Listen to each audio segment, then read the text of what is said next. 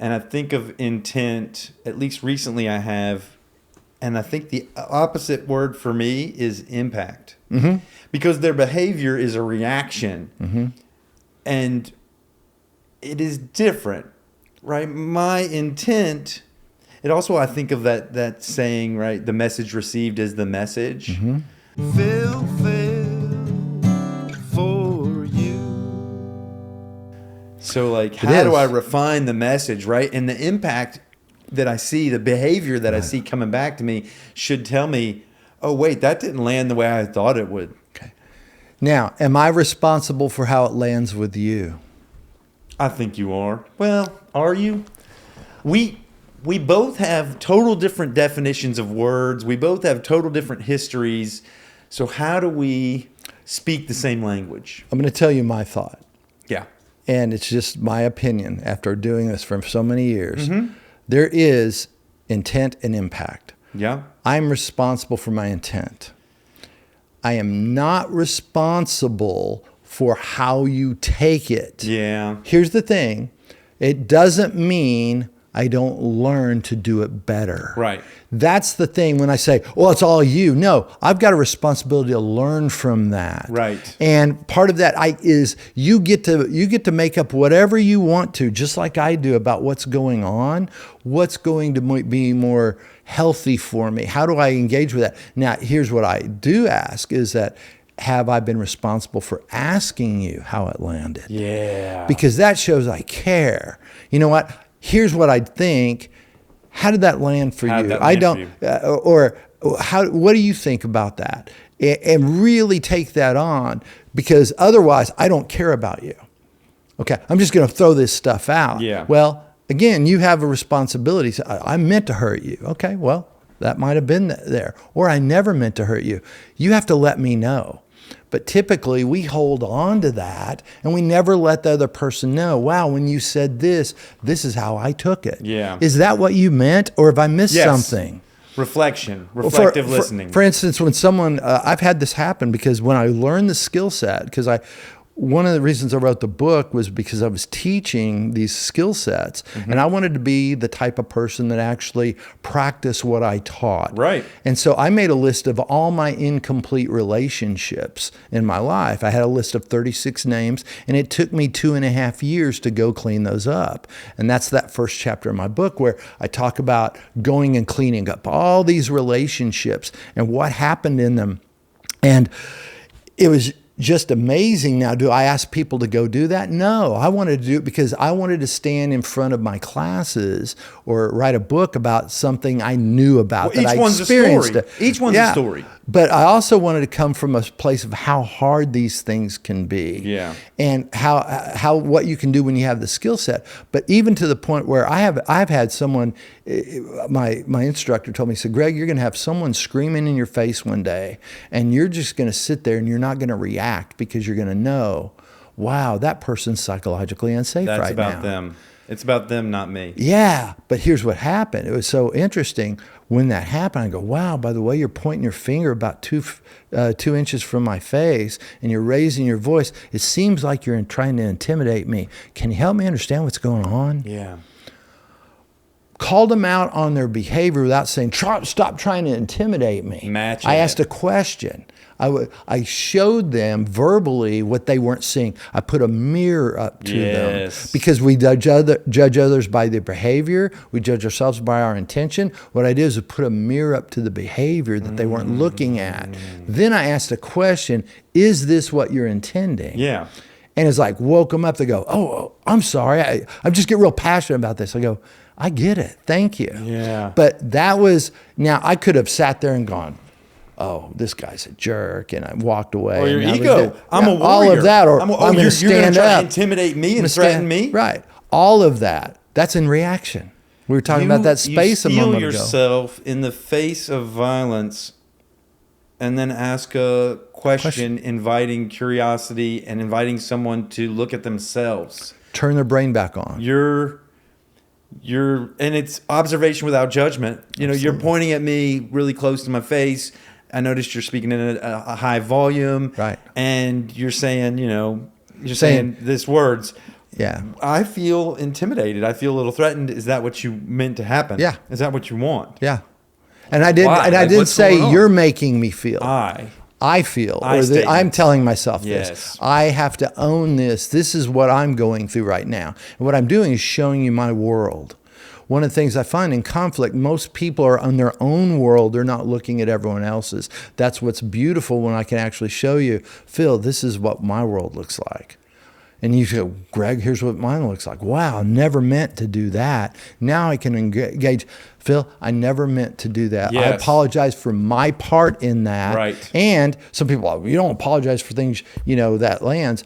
I'm going to do the best I can to create that bridge because my goal is relationship first. We typically look at task and we got to get a problem solved. We forget about the person. The person is what's going to get all the problems solved with us. Not the one. Yes. It's the relationship. So I call it people and problems. You got to deal with both. Most people go into problem solving with someone just looking at the problem, and they don't look at the damage they might cause in the relationship. You got to put the relationship first. But you got to keep them both there because we're there to solve both. That's what we're there to together. The other? I think it's in combination. I don't think it's either or. I think it's both and. I think, but as you look at it and we're not used to it, most people go, "Well, that's really hard." Well, we do a lot of things that are hard. Yeah, we can't dismiss it because it's hard. Think about it. The first time you get behind when you first started to drive, you got behind the wheel of a car.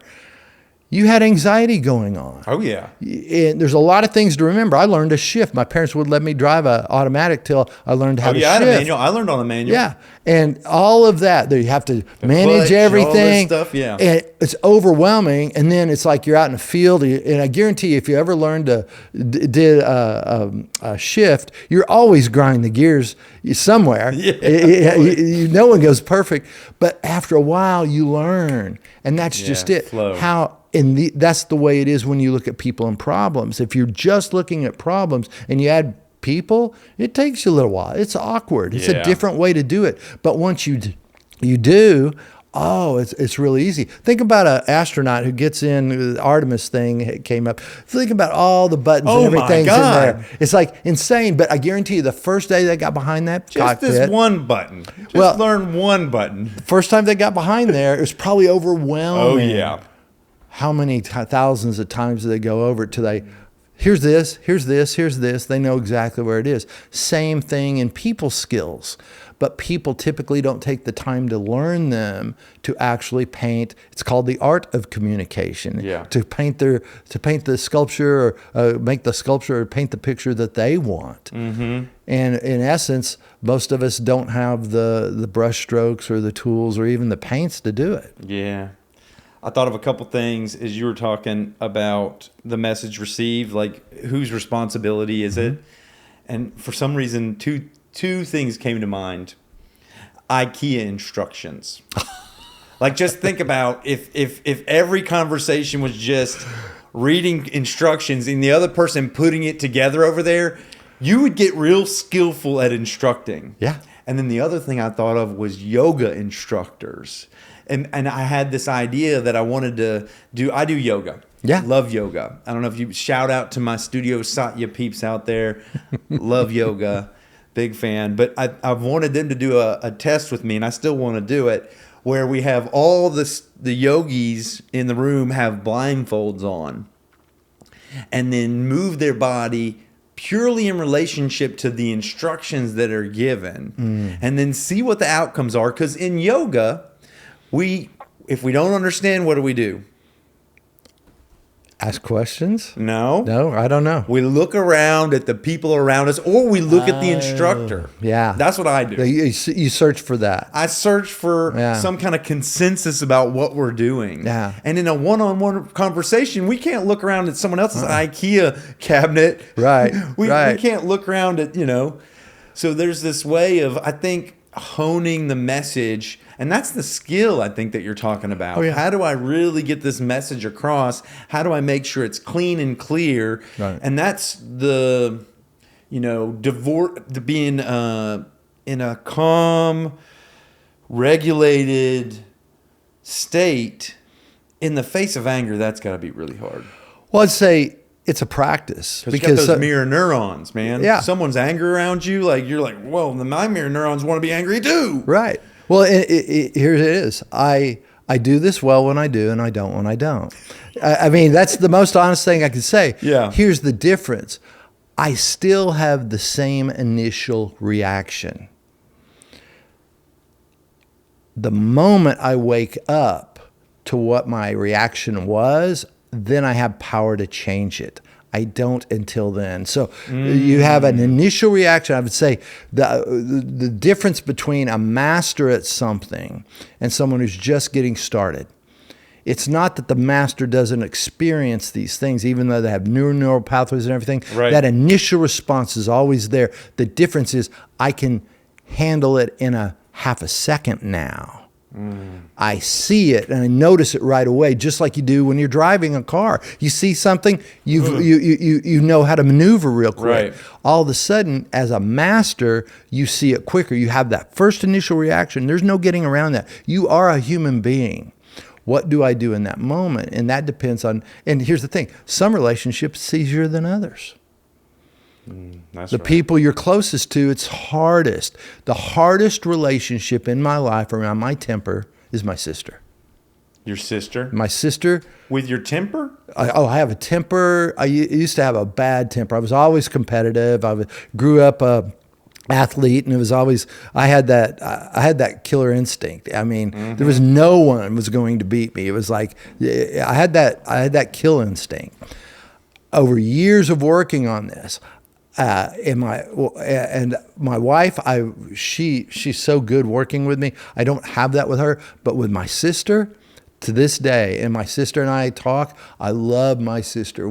She's the sweetest person in the world. What's her name? Wendy. Wendy. Yeah, and she Shout out, Wendy. Yeah, and she produces my podcast and stuff, and she does a lot of my social media things. She's a great artist. So how did you transform that relationship? Oh, I always work on it today. Sometimes You're still working on it. Oh, absolutely. So, because there are times today when I'll get upset and I say, Wendy, I'm sorry. I need to take a minute. She goes, it's okay. It's okay. She goes, this is just our brother, sister stuff. She's so gracious and loving about it. But there's just that one thing, and there's something in her voice, and it comes back from childhood when she hits a certain thing, because my sister has gone through a lot of trauma and pain in her life. And it hurts to hear her in pain.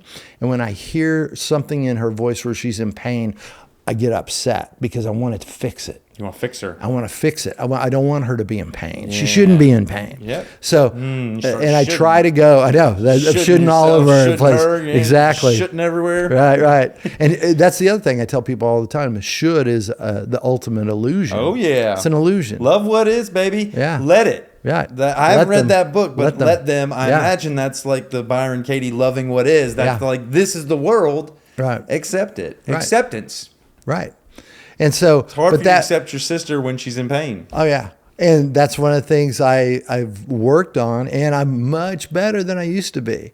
And I never would have worked her years ago. Now I love talking to her. I love being with her. She's such a great artist. But of all the relationships, that's the one I have the hardest time with. My temper flares up like that.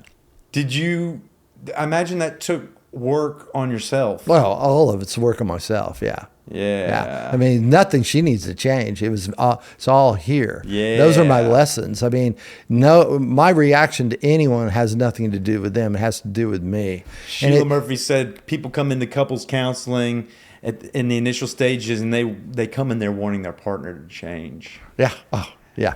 I did couples coaching for years, and that's what I hated. If my partner changes, this will be fine. Yeah.